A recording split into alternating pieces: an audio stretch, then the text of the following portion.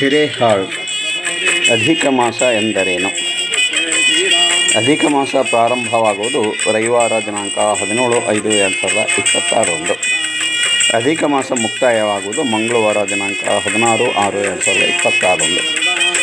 ಸೂರ್ಯ ಮತ್ತು ಚಂದ್ರನ ಚಲನೆಯಲ್ಲಿ ಪ್ರತಿದಿನ 2.5 ನಿಮಿಷ ವ್ಯತ್ಯಾಸ ಕಂಡುಬರುತ್ತದೆ. ಅದನ್ನೇ ನಾವು 33 ತಿಂಗಳಿಗೆ ಅಧಿಕ ಮಾಸವೆಂದು ಆಚರಿಸುತ್ತೇವೆ. ಇದಕ್ಕೆ ಪುರುಷೋತ್ತಮ ಮಾಸ, ಮಲಮಾಸ, ಅಧಿಕ ಮಾಸವೆಂದು ಹೆಸರು. ಅಧಿಕಸ್ಯ ಅಧಿಕ ಫಲಂ.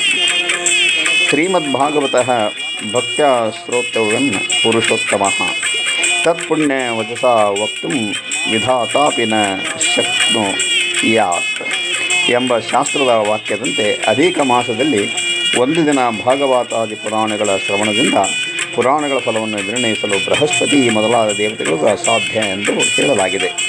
ಇನ್ನು ಅಧಿಕ ಮಾಸ ಪೂರ್ತಿ ಭಾಗವತಾದಿ ಪುರಾಣಗಳ ಶ್ರವಣ ಮಾಡಿದರೆ, ದಾನ ಜಪ ತಪವನ್ನು ಮಾಡಿದರೆ ಇನ್ನೆಷ್ಟು ಪುಣ್ಯ ಲಭಿಸಿತು, ಅದರ ಬಗ್ಗೆ ಇನ್ನು ಮುಂದೆ ನೋಡೋಣ. ಇನ್ನು ಅಧಿಕ ಮಾಸದಲ್ಲಿ ಶುಕ್ಲ ಪಕ್ಷದಲ್ಲಿ ದಾನ ಮಾಡತಕ್ಕಂಥ ವಸ್ತುಗಳು ಈ ರೀತಿ ಇವೆ. ಪ್ರತಿಪದ ದಿವಸ ಅರಿಶಿನ ಕುಂಕುಮವನ್ನು ದಾನ ಮಾಡುವುದು ಒಳ್ಳೆಯದು. ಬಿದಿಗೆ ದಿವಸ ಗೋಪಿಚಂದನ ಮುದ್ರೆಯನ್ನು ದಾನ ಮಾಡಬೇಕು. ತದಿಗೆ ದಿವಸ ಕೊಬ್ಬರಿ ಸಕ್ಕರೆ, ಚೌತಿ ದಿವಸ ನಿಂಬೆಹಣ್ಣು, ಸಕ್ಕರೆ, ಯಾಲಕ್ಕಿ, ಪಂಚಮಿ ದಿವಸ ಅಕ್ಕಿ ಮತ್ತು ಬೆಲ್ಲ, ಷಷ್ಠಿ ದಿವಸ ಹಾಲು ಮೊಸರು, ಸಪ್ತಮಿ ದಿವಸ ವಿವಿಧ ಹಣ್ಣುಗಳು, ಅಷ್ಟಮಿ ದಿವಸ ಒಣ ಫಲಗಳು, ನವಮಿ ದಿವಸ ಬೇಳೆಗಳು, ದಶಮಿ ದಿವಸ ಶೂರ್ಪದಾನ, ಏಕಾದಶಿ ಹಾಗೂ ದ್ವಾದಶಿ ದಿವಸ ಮಂಗಳ ದ್ರವ್ಯಗಳು, ತ್ರಯೋದಶಿ ದಿವಸ ತುಳಸಿ ವೃಕ್ಷ, ಚತುರ್ದಶಿ ದಿವಸ ಪುಷ್ಪಗಳು, ಪೂರ್ಣಿಮೆ ಅಂದರೆ ಹುಣ್ಣಿಮೆ ದಿವಸ ಗ್ರಂಥ ಅಥವಾ ಲೇಖನೆ.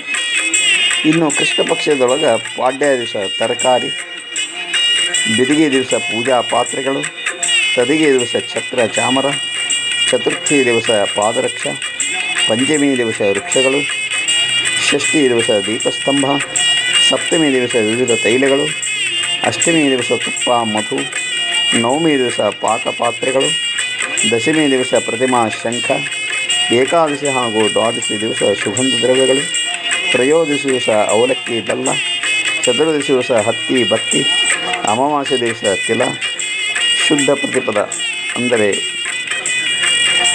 ನಿಜ ಜ್ಯೇಷ್ಠ ಮಾಸದ ದಿವಸ ಸರ್ವದಾನ ಸಮರ್ಪಣೆ ಮಾಡಬೇಕು. ಈ ದಾನಗಳನ್ನು ಪ್ರತಿನಿತ್ಯ ದಾನ ಮಾಡುವಾಗ ಸಂಕಲ್ಪ ಮಾಡಿ ತಾಂಬೂಲ ದಕ್ಷಿಣೆಯೊಂದಿಗೆ ಸತ್ಪಾತ್ರರಿಗೆ ದಾನ ಮಾಡಬೇಕು. ಹರಿಯ ದೇವತೆಗಳ ರೂಪಗಳನ್ನು ಆಹ್ವಾನ ಮಾಡಿ ಪೂಜಿಸಿ ಕೊಡಬೇಕು.